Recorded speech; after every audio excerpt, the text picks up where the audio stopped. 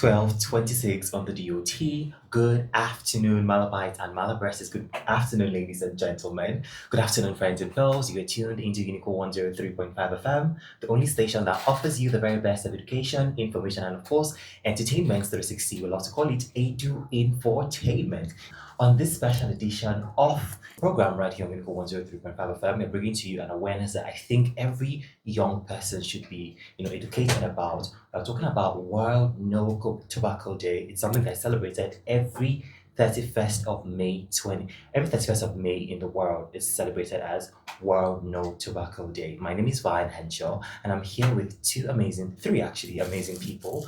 They are Ike Rim and of course Agbo Glory Praise right here in the studio. Good afternoon, guys.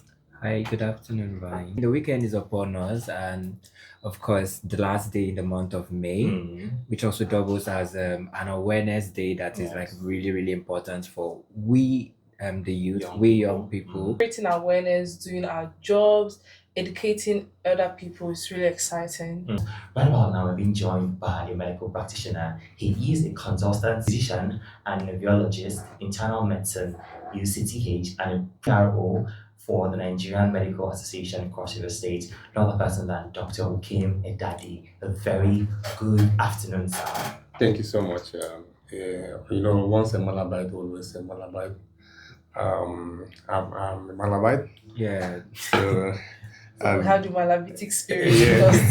Yeah, we've been in the trenches. Before I stayed in all the halls. Okay. Of 4 or 5 or 6 and even or 2. Yes. And or 7. Yeah. So I stayed in almost all the halls. So the Malabites to the core. I was involved in also all the struggles. So you can relate to the struggles of students here at University of Calabar. Yeah. Amazing. So far so good. How's the medical practice been for you? Oh, fantastic. Quite fantastic. When you do something that you have passion for, you do it effortlessly. You do it exceptionally without even where the reward is not there. You still do it with passion and all that. So that's how it is to me. Okay, amazing. One more time, welcome on the show. We are so glad that you could join us this afternoon. So today we are discussing the World Tobacco Day awareness. Now, what do you think about this occasion? Because it's a very special occasion. So, what do you think about it? Yeah, just like every other person in the world today, there's this awareness created. It's something that must be done. If you look at the spectrum of the society that is affected, you find out that mostly the productive section of the society, our young people are involved. And so if we don't declare that, if this day wasn't declared, then it would be a great disservice to the young people, and so much harm will have been done even to the next generation, because the young people today are the people that will take over from the old people. Absolutely. Yeah. So we need to have a productive society, a productive population, even globally, to be able to achieve so many things. So I think declaring WHO declaring this day as World No Tobacco Day is a very good idea. And it's something that I think is going to go a long way to help the society and continue to have a productive society and population that will think and bring the best to the world, to the global community. Amazing. So every year, we have different themes for the World No Tobacco Day. So this year, the theme is Unmasking the Appeal. So let me start with you, Abo. What does this theme mean to you? How can you, decipher this theme? I mean, when they say unmasking the appeal, first thing you think unmasking, revealing the appeal to tobacco. And we find out that there are a lot of things we use. A lot of people don't even know that sweets, candies have tobacco. You just take it, they just put a flavor on top of it. You see strawberry flavored sweet. Then you ask again, if it's not only strawberry. What else is there? But a lot of us don't do that. So I think this year's theme is telling us that we should know what we are taking, down to if you go to a party, they say, oh no, the candies are just flavored, but what else is in that candy? They just use raspberry flavor, watermelon flavor to cover up. You know, tobacco has a very strong stench, very strong smell, but they just use this flavor to cover up tobacco and nicotine flavor. So this year theme is telling all of us that know what you're taking, unmasking this appeal. Aside the strawberry, aside the flavor, aside even the very captivating marketing, unmask these flavors, unmask this marketing. And you know, they have a way of gathering the youth. I'll always use us youth because we are more open to going to parties, going to where we get this kind of things. So it speaks to us as youth to wherever you are, know what you're eating, know what you're taking into yourself. Because a lot of people might not understand that, oh, this thing has tobacco, has nicotine in it. They just take it for the fun of it. But then you ask again, what's making me feel this drowsy, this lightheaded? I thought it's just sweet. So unmasking the appeal from campaigns, from advertisement, from whatever, unmasks the appeal.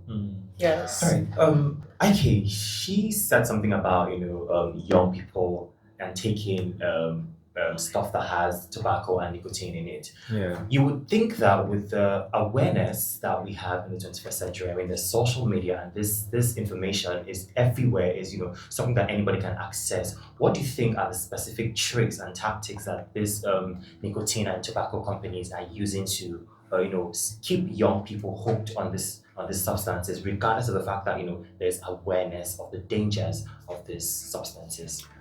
Okay, well, I'll first of all start by saying I feel like they try to eliminate the no smoke stigma. Okay. Young people only think that maybe tobacco or nicotine products could be very harmful when you have to like smoke it in, right? So first of all, these these PR companies, people that are in charge of marketing and distributing this thing, they try to eliminate that no smoke stigma so that we, the young ones, the young market, we are like really, really open to, new products, new things, open to trying out, whatsoever, because we do not like sticking to, things for a very long time. So when they eliminate this no smoke stigma, people feel like it's cool. Like, oh, since it's a candy, it is candy. So it's more like reinventing. Yeah, we are just reinventing, and they'll just make you believe that okay, the harmful product in this thing has been taken away. You understand? It has been taken away, and then all what you're left with is something that can just give you that ecstatic feeling that it is still equal to equivalent to the other feeling of having to like smoke it in, but not knowing that it's still the same thing. So these PR companies, they package these things in such ways that we the young ones, we the youth, we cannot tell between this and this because it comes in various forms. And also they make it really, really compatible that these days even vapes are made to look like most time flash drive pens, things like that you can easily exactly. And you know what, tech savvy generation. Yes, I mean, so maybe I am on Instagram or I am on Snapchat, you understand, and then I see somebody post a short video of something. Some of those things are even radioactive substances. They are radioactive substances. The arsenic and all those things, they are radioactive substances, and they are quite poisonous. They are quite not just being poisonous, they are quite carcinogenic. They are capable of causing cancers. Okay. Well, at the end of the day, right, it's alarming that young people, regardless of the fact that they know this, because to the best of my knowledge, I want to believe that they know this because we live in a time where so much information is on social media. The dangers of these things. So why do you think they still want to stick with these things, regardless of the fact that it's more like taking a knife and that when you cut yourself, there's going to be blood, you're going to have an injury. So why do you think that young people are still hooked on these things, regardless of the fact that I would say 60% of them are aware of the consequences of No, this? I feel like that should be more because as a youth, I'll use myself personally. I cannot say or I cannot look in a group of 10 people and say 9 of That's the idea. growing up, there's this stigma. Exactly. There's this stigmatization that you are smoking. Even till now, our generation might see it as calm, like oh yes, it's okay. But I tell you that you will not want your parents finding out you smoke. You will not want your elder sister finding out you smoke. So that stigmatization is still there. So everybody's saying, oh well, I don't have this idea or I don't know. I feel like that's not really 100% true. It boils down to wanting to be among the flock. That's another thing. Yes, it boils down to wanting to be in vogue, because the thing is, vapes, there was a time when vapes were in vogue. You go left, right, center, they are everywhere. You cannot see somebody partying or chilling without shisha, hookah, vape. There's something there, but then you're always taking it. You're not cautious of your health. That's one thing with this generation. We're not very cautious of our health. There's a lot of alcohol intake, a lot of nicotine intake, a lot of things. And then these companies also have a way of branding it, specializing it to us. Like they could go through your social media like TikTok and know, okay, this is what is in vogue. Let us use this that is in vogue and make a vape or make something out of a vape. There was a time where water bottles were made to look like so many things, telephone, but now that's what we have vapes in, made to look like so many things, fancy things. And also social media influencers. If I say per se, I love Wizkid and I see Wizkid doing this thing. There are so many people that are like me that love Wizkid. I'll see Wizkid doing that thing. I would want to join Wizkid doing that thing. So yes, they're also leaning to social media influencers to promote such things. And the thing is, once you're on the social media, you're seeing what your favorite person likes doing. You want to try it. You want to say, oh, let me see how this thing is. And one thing we do not understand is that it's addictive. By the time it's maxed with flavors, you're just taking it, and you're not realizing that your brain cells, your body is getting addicted to this thing. And then you go for a party and then you're not comfortable in that party because you're not taking this vape. You're not comfortable outside because it's something I can do. And now because of how fancy these things are, there's no longer this stigma. Before, when you're holding a cigarette, the stigmatization is there. Like, this one, you're afraid of judgment. Yes, now. But now you're holding something as fancy as a pen and you're just, it has lights. Thank you. Yeah, when it's coming out, maybe coming out with different color flavors. So even if I don't do it and I see it, I'll be like, wow, this thing is nice. So even if I know it's bad, but the part of me that is a youth that wants to enjoy the fun part of life will still be like, wow, this thing is nice. But I know I cannot try, but it's still nice. Actually, I agree with that goal because the research has shown that over 69%, almost 70% of people that even smoke, they want to quit. Okay. But because The of the addiction is there. yes, so they don't really, they find themselves struggling to see how to quit. But over 70%, they want to quit. But because of the addictive nature of what they take, they do not. And then the industries now, they are wasn't the ones in this new generation. Of course, don't forget that this tobacco thing is just like generation. It can be there for 1,000 years. Absolutely. So but in our own generation, they have devised our tobacco. Then they don't devise this thing. So, but over 70% will want to quit. But how to quit? Because of how appealing they have made those products to be, they find it difficult sometimes to quit. So I agree with what you're saying. Okay, let me quickly ask you this, right? Because I'm big on the awareness part of this thing. So do you think the misinformation is more than the awareness? Now, let me give you a quick story. So some time ago, somebody was asking another person, this shisha, this vape, is it not bad like this? And I'm like, no, it's just light air. It's not as bad as, the other ones. This one doesn't do anything to you. So do you think that we have more of misinformation than the actual awareness out there? Yeah, definitely. There are more misinformation out there than awareness, because I have been in a space where someone says they are just doing some like comparison and contrastion between shisha and then weed. Okay. You understand? And this person says, "Oh, don't do. I would advise you don't do weed. You do shisha instead because shisha is light. It won't do anything It's to flavored. you. It's flavored and it's basically fruits." That is what the person said, and I'm like, wow, just wow, because I mean, the amount of misinformation that is out there Mm. is, and then again, even I also know that even our public figures, they do not help at all, Mm. because these people, young people, we are wired that way. Mm. You understand? We are Yeah. wired in a way that anything, as long as your idol is doing it, you want think to it's emulate it. cool. Mm. Because I mean, we see this with even clothing, that Mm. because this person bought this, or this is the trend that was started by this particular Yes. celebrity. You understand?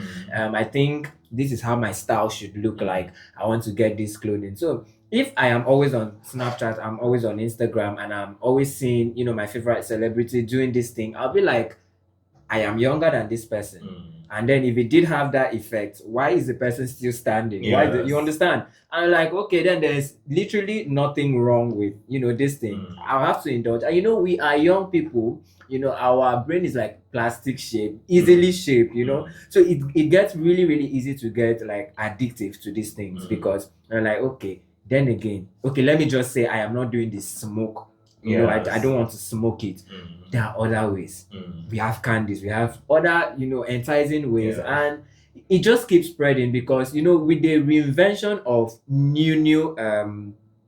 new forms of this tobacco, Mm. that is how the misinformation keeps spreading, because with each invention they're telling you that it is harmless, it is Yes. harmless, it is harmless. Mm. So until awareness days like this come on, Mm. and then we have maybe open air rallies, we have things like that, and also we have big kudos to the Federal Ministry of Health, still keeping that whole the warning on the Yes. pack of cigarettes. Mm. It is not something like I thought that would have been. For a long time, I thought that maybe they would have eliminated that form of branding, Mm. but it is still there, because when you wake up, even when I growing up, when I come across a pack of cigarettes and I see that the Federal Ministry of Health warns that smokers are liable to die on, like, I have this question in my head: how? Because you're saying Because smokers they're living very long. Because I'm like, I see old people. Mm. They smoke, even though And you can tell that they've been smoking for quite a long time. Quite a long Mm. time, you understand? So I'm like, how? It poses the question, how, Mm. how? But then again, it has actually spiked something in my head, and I'm like, okay, I have it in one part of my brain that this is the warning. Mm. But then again, when you want to do that whole let me just give myself benefit of the doubt, or let me just give them benefit of the doubt, that okay, what is this self? Yeah. You understand? You're like, okay, since we will die, but then again, these persons that end up dying, most times you hear is their village people that kill them. Most times you will hear it is nothing associated with smoking You or want to something be the like that. researcher at that point. You understand? To know. So we failed to forget that to remember rather that these things actually build up over time. True. And then it could come with something even more that will have even a big adverse effect on your health that you never expected it to be, because maybe they just felt that people just feel like smokers are liable to die, and that one day you just stand and drop dead. You understand? So I just feel like the misinformation is actually out there due to the reinvention, because with every reinvention comes misinformation It's rather. less harmful. Less or it's harmful. all the nicotine Meanwhile- won't affect you. Exactly. But then again, I feel like our generation, we're always on social media. Mm. If an awareness is coming up, it's spreading on Twitter. It's one of the ranking things. So I would say it boils down to like personal value. As doctor said that 70% of the people want to quit, but then again, we've been warned before you started. Yeah. Like I will always use vape because you go to parties, go to engagement, youth engagements. If it's in the night, you see it's no more a gender thing. When we were growing up, it was the boys, this boy is smoking, this boy. Yes, But no, yes. it's no longer a gender thing. It's both genders now. And you see, funny enough, there are babes that looks like girl keychain, pink. So you could see a girl, broad daylight, you could see a fine girl, and you're like, it would never come to your head that this is a vape. Never, like you will never think that. But every time it comes, it's fanciful.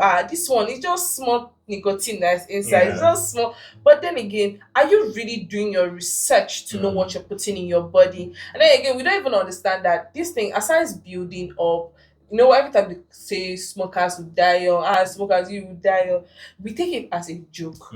But then we're not even cautious that other people that do not smoke around us will also put in their health at risk. So now this tobacco day, it's not just about the smokers, it's about you and I that don't even smoke, that are not into this. It should help us. We should tell this person that you're smoking that, oh, this thing you're doing, it's not really good, because it's not only going to affect you, Affecting the it's public going to health. exactly, it's affecting everyone around you. Yes. Well, time check is 12:56 on the DOT, and we're going to shift away from this in order for the world news at 1 p.m. to broadcast. But be rest assured that when we come back, we have more and more and more to talk about on this topic of World No Tobacco Day. Stay locked right here on Unico 103.5 FM. We will be right back. Are we ready?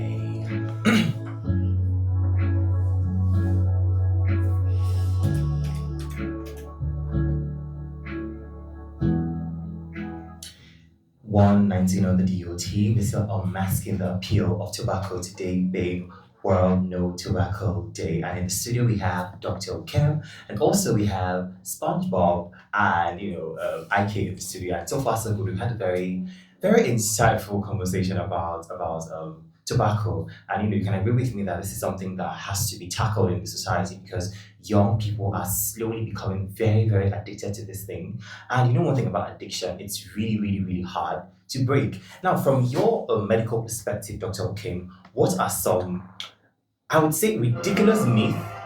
Dr. Ukam, okay, sorry about that, Dr. Ukam. What are some ridiculous myths you have heard about the use of tobacco, especially from young people, youths?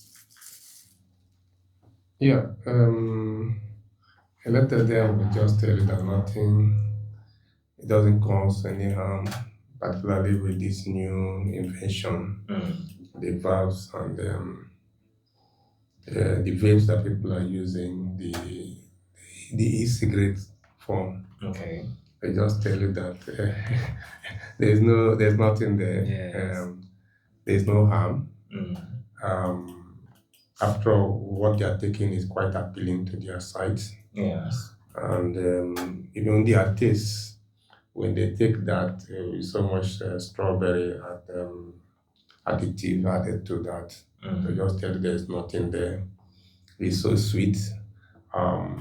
They forget about the one particular thing, if not for anything, nicotine, that is also causing so much harm to them. Stimulating their brain, their central nervous system, and causing so much harm to them. So there's that wrong myth that it's cool, it's colorful, it's appealing to the eyes, And then the industries have also made they do this social marketing, making it look so appealing to the eyes. Just like when people want to sell some things, either they will use a very fine woman, fine lady. Yes, that's true. That's almost naked. So that's what the industries do too. In those that manufacture tobacco and package tobacco, not just those that manufacture it, because there are those who grow tobaccos, and there are still those who market them. So the people that package them, they are the ones that put us at risk. Because if you see the tobacco itself at the point of production, you may not even want to take. But it's those who are packaging that make it so appealing to us.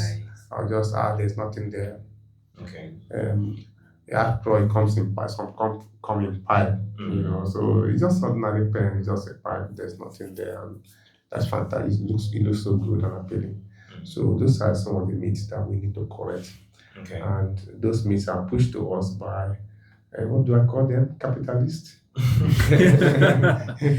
People are actually making money, making merchandise out of the lives of people, and they don't care. Those ones don't care. When we're discussing here, somebody talked about the Federal Minister of Health, and I laughed.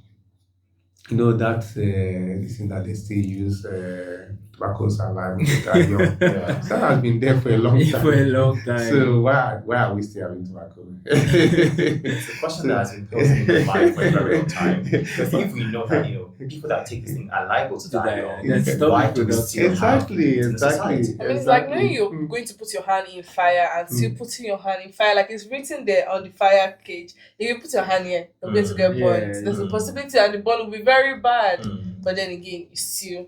Even the people that put that telling you tobacco smokers are liable to die young, and they're not aware. They are aware and they are putting it there. So why not stop it? Why not make legislations? Why not say, look, we want to stop this. Yeah.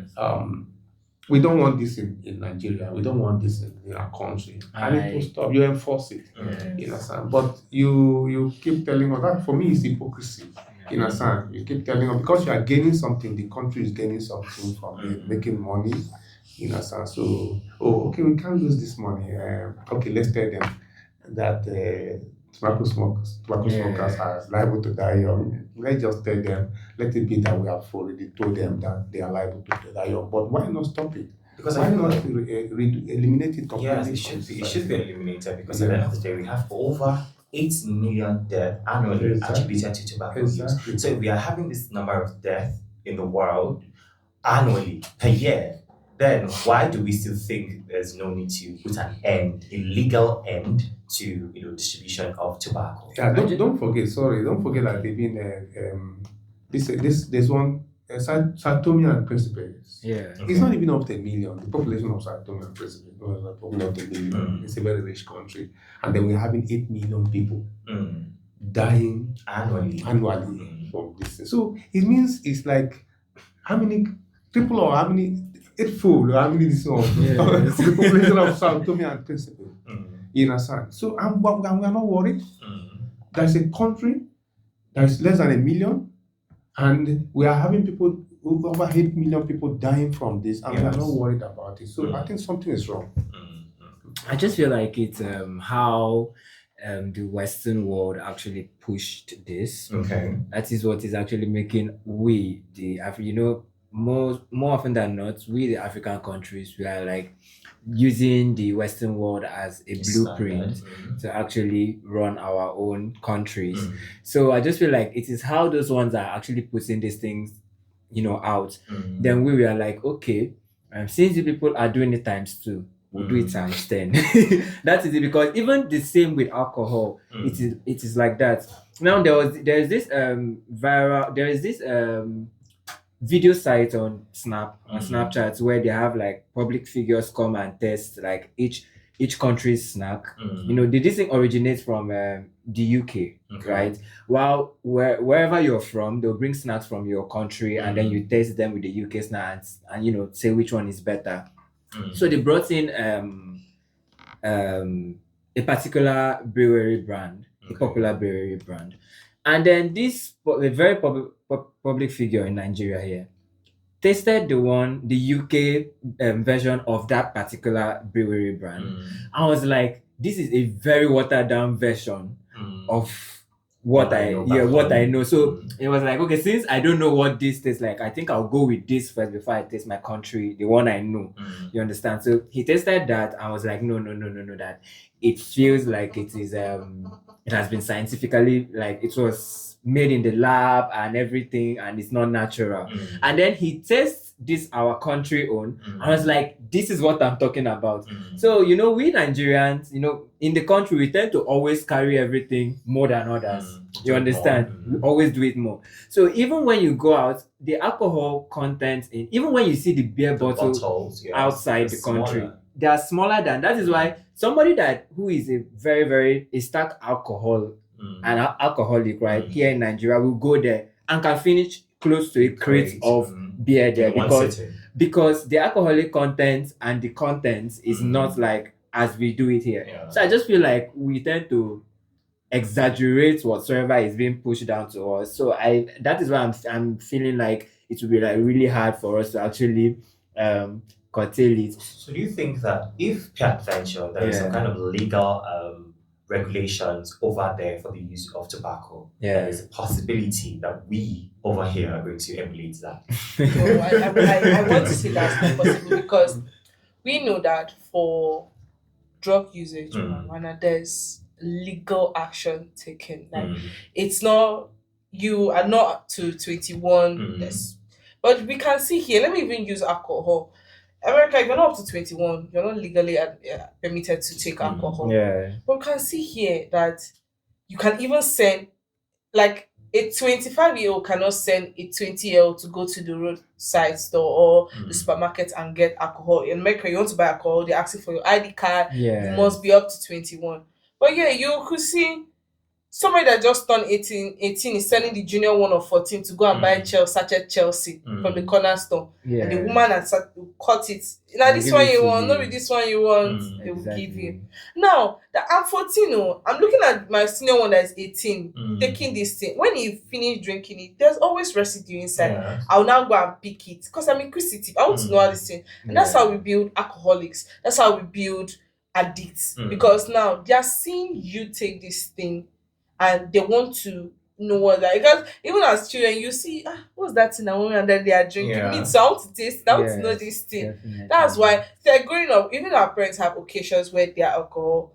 It's my mom that takes them to the kitchen to clean those glasses, because you know that when you leave it there, they are children and they want to know. Yes, they want to. So exactly.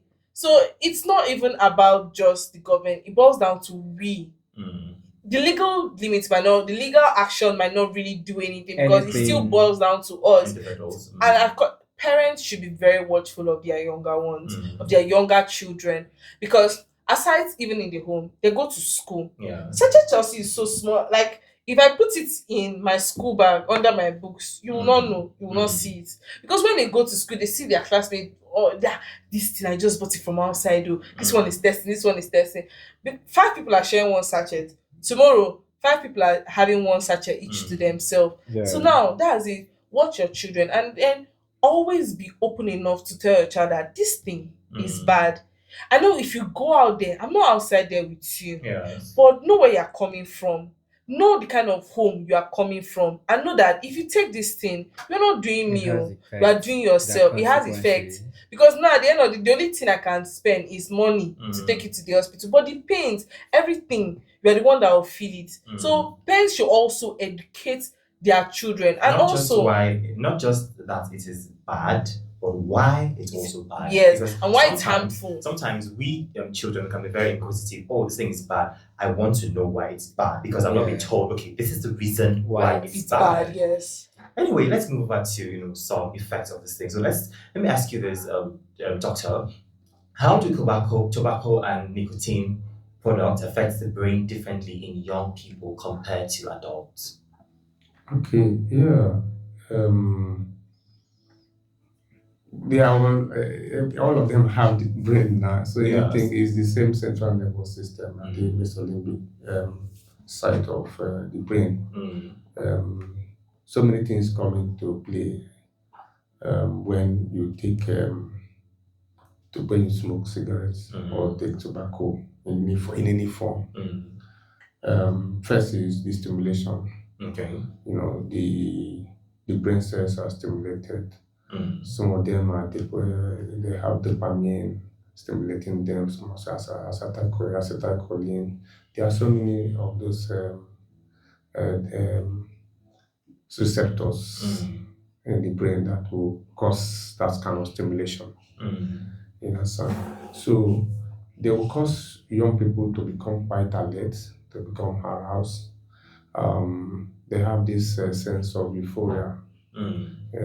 And then they just want to, and that is what makes young people, they want to feel good, and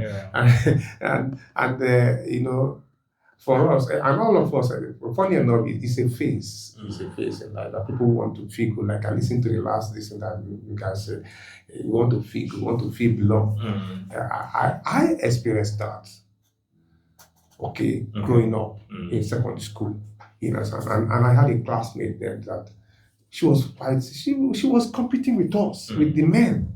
She was competing with us. We were fighting for first position, but all of a sudden, I think another friend of hers came to our school, and she dropped. She dropped early in the morning. They will be taking, that one is just alcohol. This other girl, introduce her. They did that opening up till they got to the university here, the same University of Calabar. And you see how life is. The other one that introduced her to this other person who dropped, became a born again Christian. Here in this Unica, I'm telling you, I think she's married to a pastor today. Wow. You understand? So, life goes. that's how life is, and I don't want to talk about what happened to the other person. Yeah. You understand? So, but it's a phase. So young people, we want to try things. We are quite curious. We are fighting at that phase of life. We just want to, even when they tell you don't do this, you think your parents are, they are old school. They don't understand what they are talking about. You understand? So, and then you get stimulated. You get your brain cells stimulated, and not minding the effect, because they have effect, because there are so many cells involved. And that center is when you have a lot of things. Your body will release beta endorphins, some chemicals.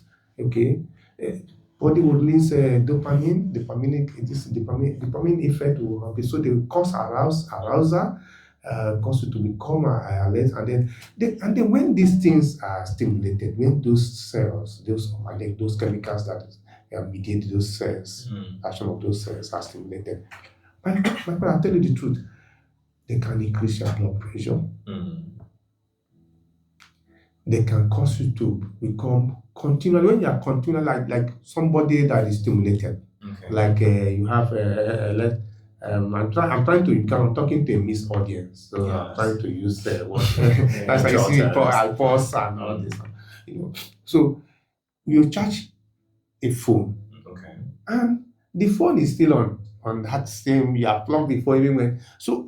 It's not you have not switch off the phone the from the point that you're charging this thing. So as long as it is there, unless the phone has there's a device inside that can, like some of these electrical thing that once you even kettle, you want to boil water, it can stop on its phone. But if it does not have that kind of brake system, you keep charging. What happens? You have charged that thing beyond the limit that can be charged. What happens? You start having harmful effects. So you can no longer control that. It's looking as if that what we call automaticity. Become autonomous. The cells become autonomous on their own. You cannot even control everything. That's why you see a lot of them now having issues of anxiety, issues of depression coming in, issues of for something that initially was trying to stimulate you to become so quite addictive. Anxiety disorder setting, depression setting, and then what we call bipolar mania. All sorts of things come to play. You understand? And at that point, that's the point that so many people want to quit. You understand? But they don't want to. At that point, it's difficult. You have to undergo serious process for those who actually come out of it. Even if you use pharmacological treatment, like also doctors who want to introduce some drugs and all that, it may not help. So much harm has already been done to the central nervous system. You understand? So it's always advisable to not to go into it than to go in. Even when you go at the initial state of stimulation, if we can nip the ball at that point. I think we get it right from that point.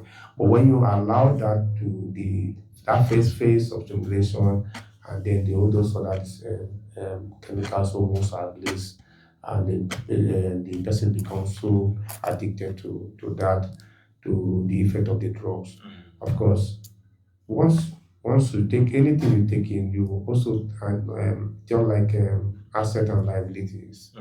If like leadership, you must own if you do good and people praise you. You accept that. So you should also accept when people criticize you have not done well. So that is how it is. So if you are enjoying the initial stimulation and all that, you should also be ready for the consequences, the side effect of what you are taking. Amazing. Dr. Ukam spoke about mental health illnesses, and it just made me realize that we have a high level of mental illness in this generation. I mean, there were statistics that we have over 2 million people suffering from mental health illnesses. So, do you think that people actually take this tobacco and nicotine to kind of relieve them from certain mental illness that they might be facing? Let me talk to my younger generation. We at the younger generation, we have something called coping mechanism. Now, I've come to learn that coping mechanism could be seen as anything to have like an immediate suiting, just to suit whatever is happening to you At the right moment. now. Yes, but then again, I've also come to learn that there's good coping mechanism and there's bad coping mechanism. What a good coping mechanism? I'm depressed. Maybe something happened to me and I feel overwhelmed. What do? I take a walk. I go to my friend's place. Try to laugh. I try to be in a space of people I know will make me excited. If I'm an avid reader, I love reading book. I pick up a book that I know will take my time to finish. I read this book. But then also, what are like bad coping mechanism? Smoking, indulging in alcohol, indulging in worldly. No, let me not use the word worldly things. Indulging in things that are bad. Let me just put it like that. Things that will have consequences and effects. Yes. Now, as youth, we've come to dwell on, it's just a coping mechanism, it's just a coping mechanism. But until we learn that there are good and bad coping mechanisms, we cannot call everything coping mechanism. Yeah. If it's a coping mechanism, it's supposed to have a good effect on you, not a bad effect. Because if I'm depressed and I'm always going to the bottle, always, drinking all my life, I've been, at the end of the day, I'm down with a disease. My lungs are failing, my livers are failing. I'm having one, they are rushing me to the hospital. Now, it's no longer the mental illness. It's no longer you're overwhelmed. It's now your health is failing. And a lot of things we don't understand that our minds and our health go hand in hand. Once your mind is failing, your health can probably fail. Yeah. And then you are now intentionally killing your health because your mind is failing. So we should not do that. We should learn to do good coping mechanism. We should indulge in good coping mechanism, not just smoking. I know every time you say, it's just for the party. Like, some people say, me, I don't smoke marijuana now. I don't smoke weed. It's only shisha when I go to please. I feel like most people don't even know that shisha and hookah, they are more addictive. Yeah. They hold you down more. And now that as tech savvy generation now, if I can hold something and walk into a place and somebody does not judge me for that thing, I'm gone for that would be my go-to Take thing. my money. Yes, so Take my coins. exactly. That's it. You attend parties. You don't, before you attend parties, you see how they will want to be selling cigarettes, all this. And there's Now- a kind of segregation. Yes. For people that want to smoke Smoke. cigarettes. Now, even as you're going to a party, if you know you don't like the smell of smoke, you don't like the cigarette, and you go and start frowning your face, you're doing yourself. Because I don't think anyone will notice you. Yeah. Everybody's concentrating on the party. Everybody's concentrating on, I'm smoking this, I'm drinking this, I'm shy. We'll call it, our generation, we call it shy, all this kind of things. But then again, we should learn that these things are not very good for us. And now, aside this smoking, like when you go to public space, a lot of people don't realize that a lot of people walk around with different diseases. We have hepatitis B, hepatitis C, we have herpes, we have a lot of things that can be transferred through mouth. Now, you're going to a place to go and smoke with people, you don't know their health history. Because as for our friends, if I know that if I sweat, I can pass a disease to you. Yeah. If I love you and I respect our friendship enough, I tell you, I let you know that, I cannot share my spoon with you. I cannot share this with you. Yes. But people will not do that. I'm in a public space, so let them not come and shame me. Yes. You're taking one hookah and you're passing it to that person, and that you're collecting it back. You're failing to understand that you're collecting a disease that on a normal day, Yes. if you are sat in your house You would have to no do good affiliation coping with it. mechanism, you will not have issue with it. Now, you might not even be depressed or have a mental illness, you just want to go out and have fun, but you're going out to have fun and coming back home with something else. So we should learn to be cautious, when I say cautious, no, I think that's not even right. We should learn to be very, very cautious of our health in public spaces, because there's a term we use, especially on Twitter, people are walking around with diseases and they are smiling, they will not tell you. And that's the truth. The earlier we understand that, the better for everyone. You do not go to like public spaces. I've been in a bar setting before, and I tell you that except you are really a very important person, those hookah pipes, they don't clean them. They do not clean them. So now I've come to see this thing, and like there's nothing that will make me want to indulge if I cannot have access to clean it. Or no, what should I even be indulging? Don't worry. If I know that I can get something, and the thing is, when residues stay there, Yes. it becomes third party Yes. smoke. Yes. Yeah. It becomes more than now. Sometimes you might not even smoke it just for the fun of it. You put it in your mouth to maybe take pictures. Those third party residues Yes. are getting into your body. Those toxins are getting into your body. So whether it's for fun, if it's not something you can enjoy at home without consequences, it's not a good coping mechanism. Absolutely. Yes. Absolutely. Let me agree with her here by saying that some people, like when we even teach our medical students, they tell you, if you ask them whether they drink because of, as you mentioned, alcohol, they drink let's say Gouda. Okay. They say no, they don't drink Gouda, but they take red wine. You understand? Why did I bring this? Gouda, the percent concentration of alcohol in Gouda is about 5.2%. But then red wine, you have some as high as 25%, Yes. even 13%. So someone say, I don't take alcohol. I don't drink red wine. But I drink red wine. Yeah, I right. say no, please And- always look at the Yes. level. You No, understand? in What is it? their own head, in our head as young people, Yeah. it is the one that is more bougie and more cool. Yeah. Because they Yeah. feel like, why would I be drinking beer? That is so. Am I in the hot? Am I in the beer parlor? But then again, let us step away from actual mental health and move over to, persons that actually take this because I feel like maybe they are not as if they have any mental health issue. Okay, let's look at this setting, right? Okay. I'm not good with public speaking. I'm not good with the crowd. And then let's come to something really generic. I have a presentation coming up in class, and I know that once I stand on that stage, I get all sweaty hands, all fidgeting and stuff. And then I know that these products are there, the candy-based tobacco products are there, and of course they are flavored. I can easily pass, you understand, Yeah. without being noticed that, oh, why are you smelling or something, you understand? And then the person decides to do this, and then comes to the class. Of course, they've used the tobacco as a confidence booster or whatsoever, and then they are doing their presentation. And after the presentation, they go, and then you're like, "Oh, you are amazing! You're well. You did so," but you do not know that there is something that actually accelerated that. You understand? So it's not all about mental health, because even most persons will always hide under the guise of mental health to actually do all of these things. They're like, oh, I'm going through a phase, so I'm in a dark space, and that's like Abba rightly said that there are two types of coping mechanism. It is you. At the end of the day, it boils down to the individual preferences. It is you that will tell yourself, oh, I want to stay healthy. I want to do what works best, because you can be in a dark space and then you can unlock something new to yourself that you never knew existed.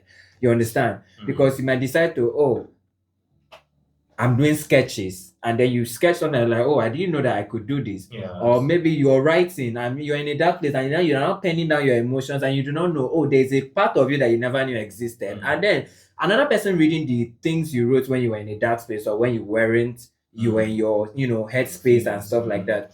And then you were like, oh, you're very good. So you can actually channel this to the good way. If you can't do those, you can take a walk. You can distract yourself by maybe running, jogging. If you're staying in a conducive space, maybe in an estate, you can go for a run. You can do things that can actually boost overall productivity and overall well-being. Meanwhile, the other persons that will always stick to I think it is over, my life is over. Oh, I'm the one going through the worst depression in life, and then you're stuck in your room. You're indulging in all of this. And then again, even without even indulging, you're indulging in this, you're also eating, staying static one place. It is also adding to, it's giving you another health condition, another health issue. You're just there, like, oh, I just want to be alone. You've cut out everybody, switch off your phone, you're unreachable, you're just there doing you. Eating, no workout, nothing. You just vegetable. No vegetable, nothing. You're just there in your room doing you, and then you go to tobacco, go to unhealthy eating habits. It is all of these things are accumulating. It might not show now, but in the nearest future, you see this. That is why I don't know. More often than not, we always come across most times on social media GoFundMe accounts for really young people that are having kidney failure, that are having lungs, like, you understand. Meanwhile, you're like, even the persons that used to smoke what is it called, tobacco, cigarettes, marijuana, you understand, cigarettes, they live so everything. long. You understand, they don't just die. I know that this is accumulating over time, but then they are done smoking and they go back home, they eat healthy. Back then, whose father will know of burger, whose father is ordering parfait and stuff like that, you understand? But you're done smoking, you're done doing all of this, indulging in this, and you're not eating healthy. And sometimes you might actually have healthy food to eat. Yeah. But there are other substances that you add to the healthy food, exactly, and still giving more to still complications. give you that ecstatic feeling, to actually pull you out of that. It is bad. It is really, really bad. Well, okay, let's move over to risk, because I think we have unanimously agreed that hookers and vape is not safer than smoking. They are all in the same category. Yes. So now, let's ask you, Dr. Ukam, what are the possible risks of tobacco and nicotine consumption from the perspective of a medical practitioner? Well, the tobacco affects almost all the organs of the body. Okay. So that is why you see it has become a public health. It's a major public health concern.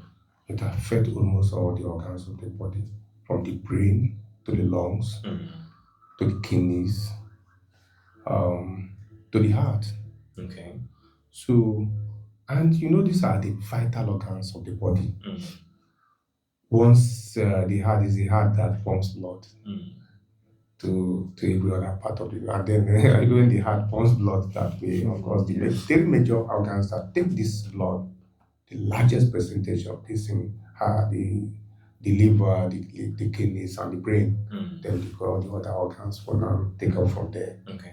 So the lungs, over 90% of the cases you see is lung disease.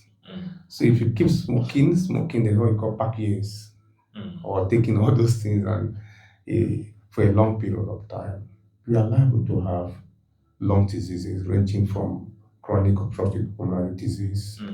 Let me break it, which can be what we call emphysema. The lung, there are some, I want to put it in a way, just small pockets, some reason that allow for oxygenation. Okay. Exchange gases, taking oxygen as you breathe in and taking that. So those cells are damaged. They are damaged, completely damaged in the brain, in the lungs, and then you now have what we call emphysema. And some of them will cough at the long run, start coughing, coughing. That kind of cough that blood. When you cough out blood. Yes. You understand? So, and like chronic bronchitis. And then we'll end up, some of them will end up with cancer, lung cancer. And it's a terrible thing, whether it is the squamous cell carcinoma or the adenocarcinoma, is not something we should pray for, because life expectancy with that is very, very, is low. It's low. So that's for lungs. Okay. I've already talked about the brain in the course of time to this. So and it also goes down to the even the bladder. Okay. The urinary bladder. Bladder cancer can come in there. Then for the young people, you just see yourself a young man. All of a sudden, you used to be okay. Initially, you were taking this thing to be hard. Now, say we are no longer hard. you see that what was making you, what was the motivation for taking this is even becoming a major concern to you. You are no longer having a good erection. There's erectile dysfunction. You understand? And then at the time that you now want to start having children, you start having reduced infertility, a reduced fertility rate. I know your fertility is reduced, you're having infertility or even low sperm count coming from this. Because those not just it comes with those chemicals. Remember, part of them you just have things like even carbon monoxide. Have you ever been to maybe in a house, an enclosed house where you have a generator? Of course, you've heard of a lot of you are in the media space. You have heard of a lot of this people using generator and there's no ventilation. And you see that the whole family is gone. It's carbon monoxide. It's carbon monoxide. It's part of that. So it causes so much this into to the so even the liver is also affected, the pancreas, so many. Then even for the woman to you start having irregular menses, infertility setting. Okay, because most of the ovaries are also affected. Then when you are taking this as a woman, you are pregnant. Of course, you just know that even your unborn child is also affected. So you see the spiral this thing, and just like I listened to him and I was talking. I said, is he a medical student? Is he one of us? So I listened to when he said a lot of things about taking this, and you are still at home. Of course, I was just, for me, my brain was already firing and talking out, looking at body mass index that will be very high, obesity will set in there, and all that things that will come there. And when you have that, of course, you start having things like metabolic syndrome that will cause what? There's raised blood pressure, there's impaired fasting glucose, there's dyslipidemia coming. So, person is just one thing that you started. Look at where it's taking you, it's accumulating. And so there's loss, the loss of life. For women that their children are also affected, fetal loss and all that. So what is the whole essence of it? If when what gave you what stimulated you, what gave you so much listen is now a thing of concern to you.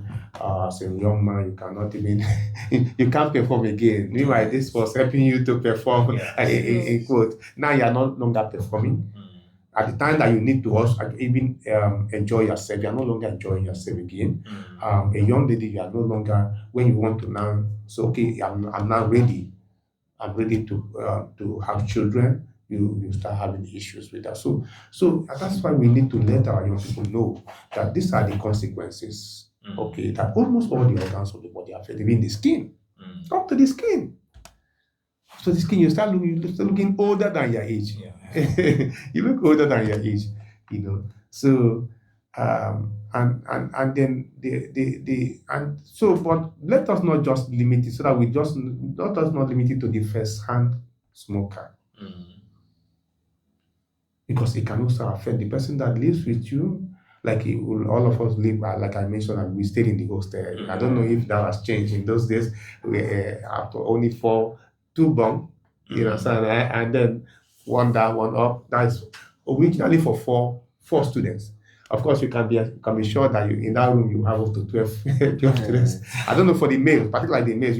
We can just stay. I know that in my corner it used to be up to 4.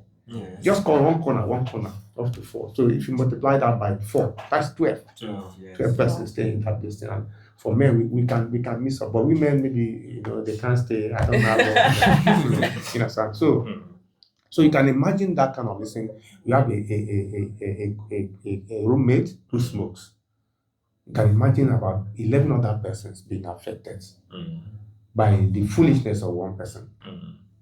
You understand? 11 other persons affected. So, and then a father is smoking, maybe a young man who has a child, and the child is there, and these children pick up this thing. So you are putting a lot of people at risk, not just about you. You are putting a lot of other persons at risk.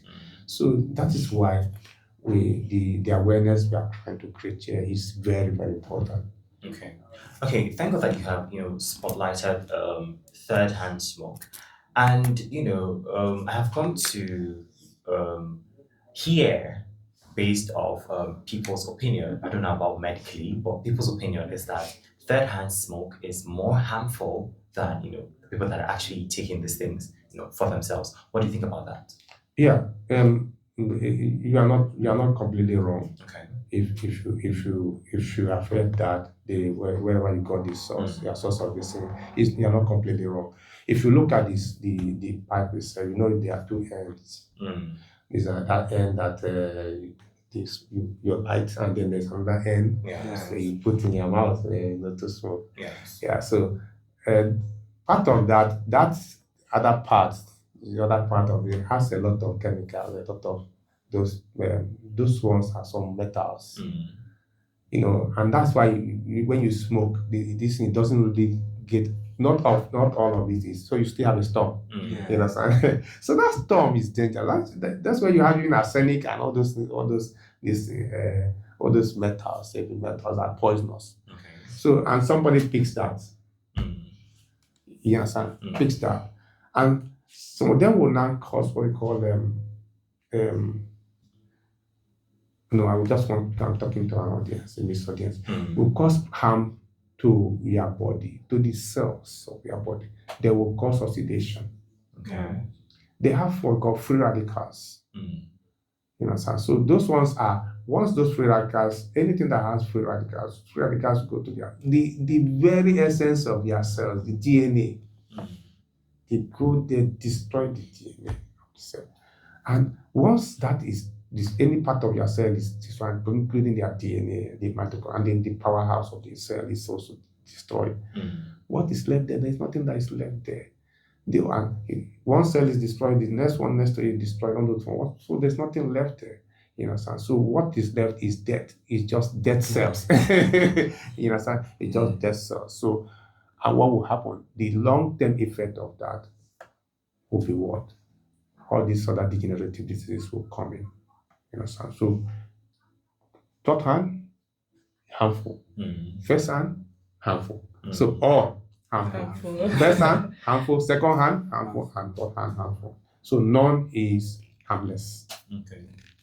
Okay, let's move over to the next segment of the show. Let's talk about the impact of consumption and production of tobacco, because aside consumption, there has to be production before it's consumed. So let's talk about the environmental impact of the production and consumption of tobacco in our modern day society. Yeah, we could start from deforestation. Mm. So I know when people hear deforestation, they be like, what does deforestation have to do with this? But we're forgetting that they don't do these things in the open space. They go to forests, they go to inside places because they know it's harmful to health wise, it's harmful. Yes. Now they go into the forest, they clear the forest, that's deforestation. They still use this in curing the tobacco, in building barns, in building places. Like if you go to a wood shop or where they produce these things, you will not see cement, you will not see like a whole building complex. What you see there is woods. And then where do they get these woods from? It's not like refined woods. You see this like just cut down trees and stumps where they do this. And also another thing that we have to think of environmentally is this. Let me use vape. Mm. If you've ever come across a vape, you've held a vape, you know that when you're taking it, you hear this whizzing sound. Zzz. Mm. Now, a lot of people just think that the air is inside. Mm. No, it's built electronically Mm. because you charge it. There's rechargeable vape, and there's a vape that once this container finished. But every vape has sort of a battery residue inside, Mm. and so when it's done, the question is, how do you dispose of that? Mm. People don't dispose. To the best of my knowledge, people don't know how to dispose this vape. If it finishes in a party, they are throwing it there on the floor. Yes. And then these party people, how are they throwing it? It's not as if they are trying to say, gather this, let us return to the manufacturer. The next thing is the waste bin. Mm. Now, even burning of those things is the climate, everything. It's affecting everything. Deforestation is affecting the climate.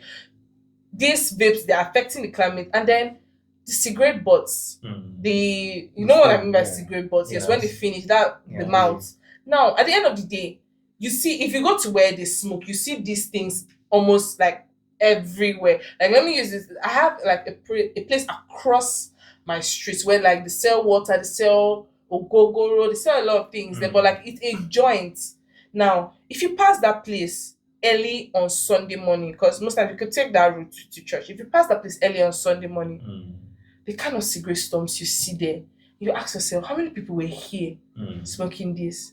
And now it's not as if most times the people they will just sweep it and keep it one side. Into the Na- gutters. Exactly. Now creating the gutters will be stuck with these things, because you think when you do it the first day, you do it the second day, nobody's seeing you, nobody's coming to tell you, oh, this thing you're doing is not good. You keep doing it, and if you're blocking drainage, which is this drainage that you're blocking here, is affecting our place. When the rain is falling, it's flooding the place. And then also chemical and pesticide use while growing this tobacco, it's ruining a lot of things. Like if I'm planting a farm beside you and you're doing tobacco, and the kind of pesticide they are using, if it touches my crop, that's the end for me. Or even if I am able to harvest this crop and I'm It's taking it harmful outside, to it's harmful to the whoever users. is using this crop or whoever. And then water depletion. To produce tobacco, you need a lot of water. You need good water resource. Now, this water you're taking, how are you disposing this water? It also, like, it's not just the amount of water you're using, it's also the amount of water and how you are disposing it. Now, the water you're disposing already, it's not good. And then if you go to rural places, they are not chance to have running water in the tap. Where do they go to? The stream. So now you take water from the stream, and at the end of the day, you still Take it send back this to the water stream. back to the stream. Now, and the stream, that's where they're fetching water to drink. They're fetching water to bath. They're fetching water to wash their clothes. Now, okay, let's say they have a different stream that they're fetching water to drink. The clothes that they are wearing, tobacco, third smoke way is there. And then one thing about third smoke, even if I stopped smoking here 2 days ago, it's still on the surface. Yeah. Sometimes you clean and you don't even clean it. Most times, what do you use? You use detergent to clean. You're not using antiseptic. You're not using, all these things, hand sanitizers. You're not using them. So it's still on the surface. So it's on the surface of the skin. It's on the surface of the clothes you're wearing. So it brings about a lot of things. So now the tobacco smoking, it's not only about the people that are smoking it. Directly. It's not about the people that come in contact with the production, the after smoke and everything. So yes, it affects our climate and it also affects our health as human beings. Awesome. I mean, I think we can all agree that tobacco is something that is deeper than what meets the Yeah, eye. Lots of people cannot definitely, yeah. comprehend the fact that they think that it's just normal, fun, and feeling good. But at the end of the day, it's very has damaging and it has adverse different channels that it goes through. So let me ask you this: what policies are most urgently needed to reduce tobacco use in our society today? Because we have all agreed that the use of tobacco is increasingly alarming in our society. So what Yeah. policies do you think is urgently needed to curb the use of tobacco? Oh well, just like we said that if the government decides to stop, will it stop though? No.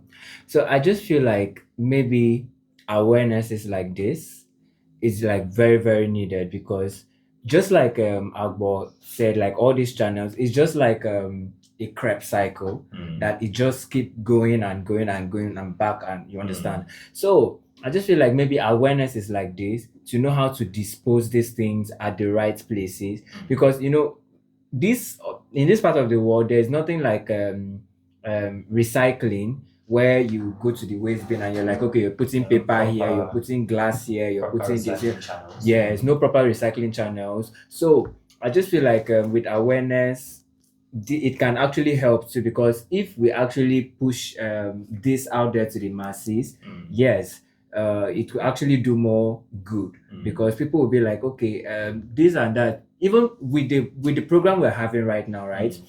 People are the ones that are listening in. They are obviously going on with like a thing or two. They've heard things, and if peradventure someone who is listening in owns a joint, now the person will know how to properly dispose cigarette fags, you understand, and properly do that. If they have staff that are working with them, they'll also give them this orientation that, okay, if you do this, don't do this. If I see you do this, there are consequences for the action. So, and also I just feel like another policy will be well, I just feel like another policy would be maybe accountability on the end of the government, and you understand, so that they can actually make everybody, these are the if you must do this, if you must do this, these are the Yes, consequences yeah. for this. So if we get to that point, I feel like maybe it will reduce, just like we say, Rome wasn't built in a day. It will not just happen boom or at the say of a magic word, but gradually we could get there. Yeah, just to add to what he said, I feel like one thing the government should also do, especially NAFDAC and the health organization, is make sure all these fancy, appealing images, remove them. Yeah. If tobacco color is yellow, make it a standard yellow packet, a standard yellow packaging, a standard. I think red will even be better because we've come to align red with danger. Yes, standard red packaging, because no matter how you say, oh, regulate this, regulate this, regulate this, I'll use myself as an example. If I see something very fancy and I could call myself a hoarder, and even if I do not have use for it, it's fancy, especially if it's in my favorite color. I'll buy it. I would just want to have it. But now, if it's in a red packaging and I see it's not that fancy, there's nothing appealing to it. Why am I buying it? What's my use of it? And also regulating where people can smoke is also. Now, if you go to any joint now, you can see somebody smoking cigarettes and nobody's coming to tell you, oh, stop smoking, it's not allowed. But if you put it to every joint across that, if you want to smoke cigarette, go to your house and smoke cigarette. Do not come and pollute the public space. And even in houses, if you are living like face me and face you, or in compounds, as a landlord, it should be in one of your rules that, oh, as you're coming to live in my house, you don't smoke in my house, it's prohibited, you don't do that here. I feel like this certain level of accountability will really crop this, because now it will bring back that stigmatization of, oh, this one you're smoking. You don't know you're not supposed to be smoking here. This kind of thing. And also taxation. You know, one thing about vape is, if a vape goes for 10,000 naira and it does not finish in a month, and I'm earning more than 100,000 naira, what's 10,000 naira? Youth. Yes. What if I'm still living with my parents, I'm still eating, I'm with money, there's money in my hands. So yes, by the time taxation on these things increase, this if you are buying one vape 30,000-40,000 naira, by the time you think of buying that vape, you have thought of going to buy that shirt that you wear to work, you have thought of going to buy that shoe or that gown or whatever. Exactly. Or you haven't thought of this money, maybe I'm going for service, so maybe I'm going for this. But the lesser the amount, the more attractive, the more come and buy is cheap. Some people will say, if some people even tell you, okay, if you buy 2 for 20,000, we'll now give you the nicotine and this thing, the refill free.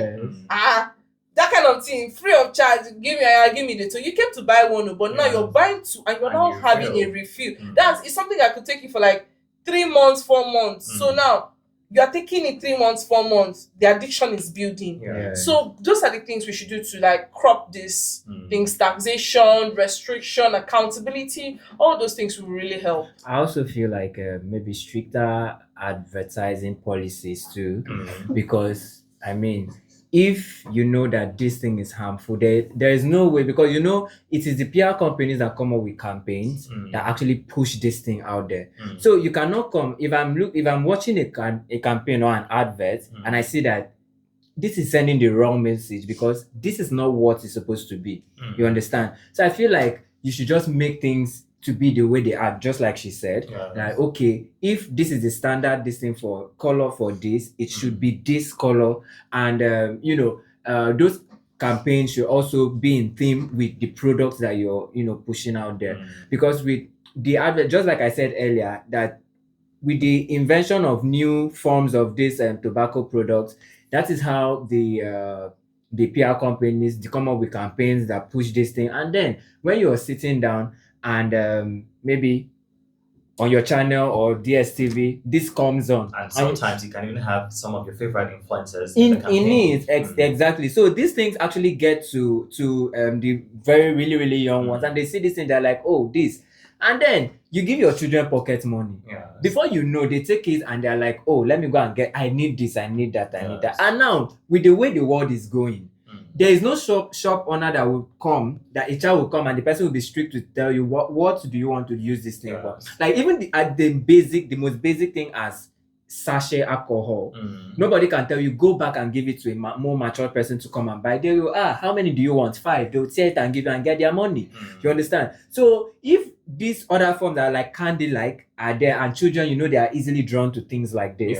When they go to the shop, there are people that are there that, they will not tell you go back, or they will sell it to you and get their money because they just want to be out of. But that's not how it used to be before. It wasn't. No, it wasn't. It wasn't. When we were growing up, when you want to get something like maybe sachet liquor, and it has to be, uncle, this said I should come and buy this. But these days, you just go, please, I need this. And you pay, and I also feel like there's one thing we are lacking, that is like centers for rehabilitations. See, there are people that want to quit smoking, but if I'm around a group of people that all of us were smoking, were gyrating together, and then I've come to recall my life, I'm like, no, this thing I'm doing is harmful for my health, and I'm becoming an addict. How do I go about it? Now, they are lost. It's now you're trying to self-rehabilitate, which can even cause you mental illness, which if you have withdrawal symptoms, like you could take normal drugs and then you'll feel drowsy. Then talk more of somebody that is having withdrawal symptoms. You could hallucinate. You could like you're running mad. Now, we don't have these centers that aid these people that say, okay, if you want rehabilitation, come. We'll do this for you. We'll work with you. This is how much you do. Okay, even if it's not just about the money, to aid these people, okay, fine. We know there's rehabilitation, it's money, drugs is money. But there should also be a form of rehabilitation that you put these people, like therapy, people just to talk to them, group therapy, even if it's not personal, group therapy, activities that you can say, okay, in case you feel that urge to smoke, do this. In case you are around people, instead take a walk, leave the place. Okay, if you cannot leave the place, do this. Those kind of services are not there. And I think one thing we should also implement in Nigeria is age. In Nigeria, the legal age is 18 plus. But then I think that should be reviewed. It should be reviewed because the kind of generation we are having, you could see somebody that is 18 and the person looks way older than 18. You can see a 15-year-old child and you're like, you're tall. You can't even believe that this person is 15 years until maybe you see the person in school uniform or something. You'll be like, so you're truly 15, you're truly in SS2 or SS1. Now, and every child, what we don't even have in Nigeria is identity cards. We do not have that. Because I don't think if you walk around in abroad, like the Western world, police approach you, the first thing they ask you is your ID card. Now, they have given them a sense of wherever you're going to, whatever you're doing, move with your ID card. Go with your ID card. Even if, as a student, even if maybe you cannot carry your normal national ID card, your school ID stands as an ID for you, as an identity to you or for you. Now, we don't have that in Nigeria. Many schools do not have ID cards. Talk more of children even having national identity card. And then, the NIN, if you're not up to 18 plus, you can't, like, the NIN process is not straightforward. Then when you're not 18 plus, for me, I feel like it's not supposed to be so. But because the NIN has what it gives, so now I feel like there should be another identity for every Nigerian. Because NIN, you have to be up to 18 to have it. So no, we should have an identity that is for everyone. As a child, you are giving birth to you in the hospital. You are leaving the place with your card. And maybe every 5 years, you come and change it because of maybe growth, photos, those kind of things. And we see that by the time we have this identity, and this shop's owner, it's boldly put there, if you're not up to 21, if you're not up to this age, don't come here.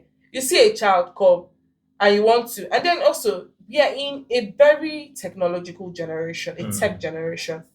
Every shop, another thing is when you say this kind of thing, it also boils down to how the government treats it. Because if the government does not take it right, it becomes a thing of bullying. They will have this society that wants to be taking money from these people. But if it could be a very good society and they have this scanner, where if you come to buy alcohol, you bring your card and I scan it.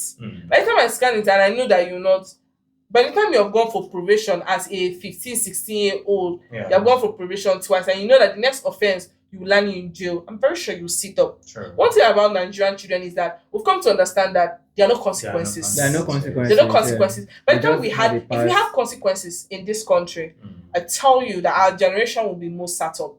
Yes. Well, Dr. Ukam, Agbo spoke about rehabilitation, and you can agree with me that there's this stigmatization that comes with rehab. If somebody knows that, okay, I have gone to rehab, there's a certain level of segregation and special treatment that I'm given to. What do you think about that? Do you think that it should be that way, and how can we curb this stigma of rehabilitation? I think we should do it better. What we have now still casts some level of stigmatization on the, let me call them victims. Okay. But let me use the right word, clients, those who are affected. So I think we should do better. There's something else I want to say here that boils down to strong political will. We don't have that political will. Okay. Where things are done, and we don't have strong institutions. So if we have strong institutions, all these things we are talking about now, we can as well take care of that, like I mentioned about the ID card and all that. We should have our institutions should be strengthened in such a way that we should have that identity, like she said, even for younger people. And then we should know what people are selling, because it's when you have such kind of strong institutions that you can also regulate what people sell. Yes. Then coming back to what you said, you asked me about rehabilitation centers. There are very few. I think even in Calabar, I think it's just one, and then where it is cited, already cast areas around. So, but I strongly advocate for the group therapy, as she mentioned. Okay. When you see former smokers who are doing better now, and you have a new person who wants to quit, and you introduce the person to those former smokers, and the former smokers, tell their story, what they used to do and where they are now. So the new person, the other person that wants to quit now, will understand what the other people went through, what they are currently enjoying now, and the rehabilitation will be faster and better in that situation, because the person has seen people who also experience what he's experiencing now, and they are better now. They are doing better now. So I think that group therapy is the best. And if you introduce that, because it's not just about a therapist talking to you. Yes. That being a therapist who has not experienced that. Yeah, but when you introduce the person to the therapist, and along the line also introduce the person to former smokers who are doing better now, and the person will get out of it faster and better. Well, it has been such an insightful discussion right here on Unico 103.5 FM, the only station that offers you education, information, and of course, entertainment 360. Before we go, let's just have our last word. So I think we should wrap up with this. What message would you give a teenager who says it's just vape? It's not that deep.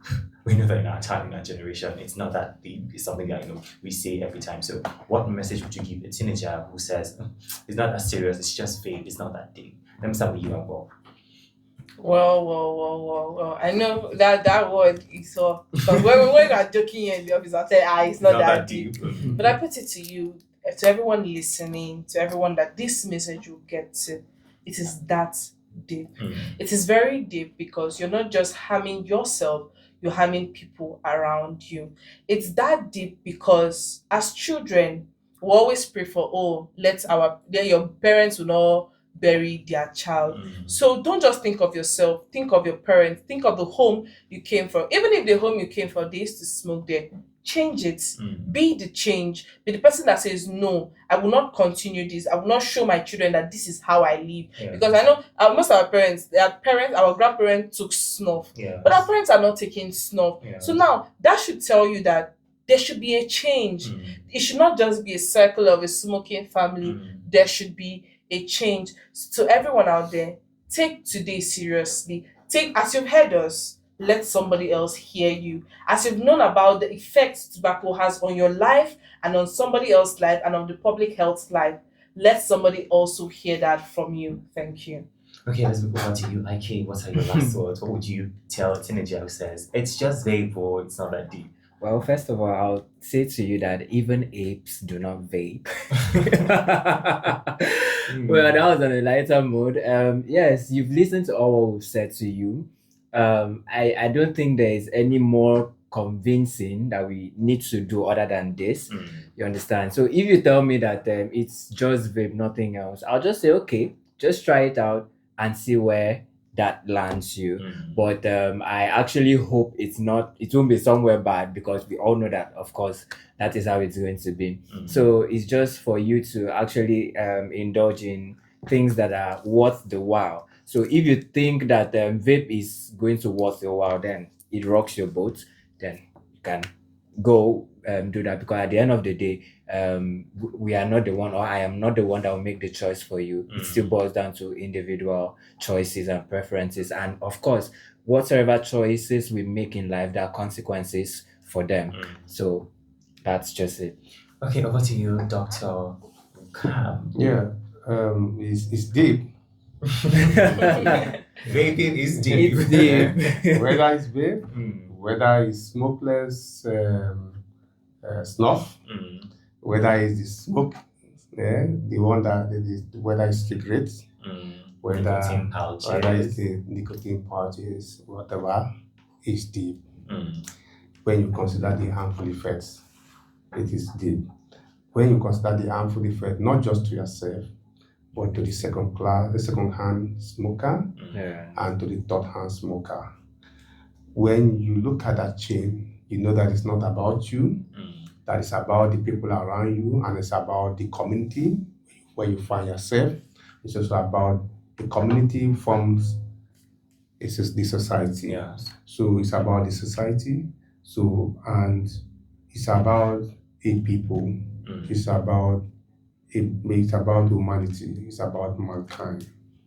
That when you do make that mistake that you think is not deep, remember that already we have up to 8 million people dying every year from this same house that one person produced. So you can imagine more than 3 countries, are wiped out every year, and then you are bringing a major problem to the world population. And instead of increasing our population to up to 10 billion, you are reducing the population to less than 7 billion that we have now. So it is deep. So I think we should all join hands together. Our hands should be on deck to make sure that we spread the good news of unmasking the appeals and ensure that there should be no tobacco, as we even hope to celebrate next year's own. Let's see that we reduce both the economic and social burden. We reduce the health burden. We reduce anything burden that comes with it. And then we'll all be better for it. Amazing. I mean, I want to believe that we have been able to unmask the appeal for tobacco and nicotine. It's not good, it's not healthy for your body, for your skin, for your organs. It's not healthy. First hand, second hand, third hand, it's not healthy. Those choices that you make will have consequences in the future. So together we say no to tobacco today, being World No Tobacco Day. Keep it locked right here with Unico 103.5 FM as we have more amazing programs lined up for you. You can follow us on Facebook, we're Unico Radio International, on Instagram, we're Unico Rain, and on TikTok and X, we're Unico Rain 1. Do have a good afternoon and say no to tobacco.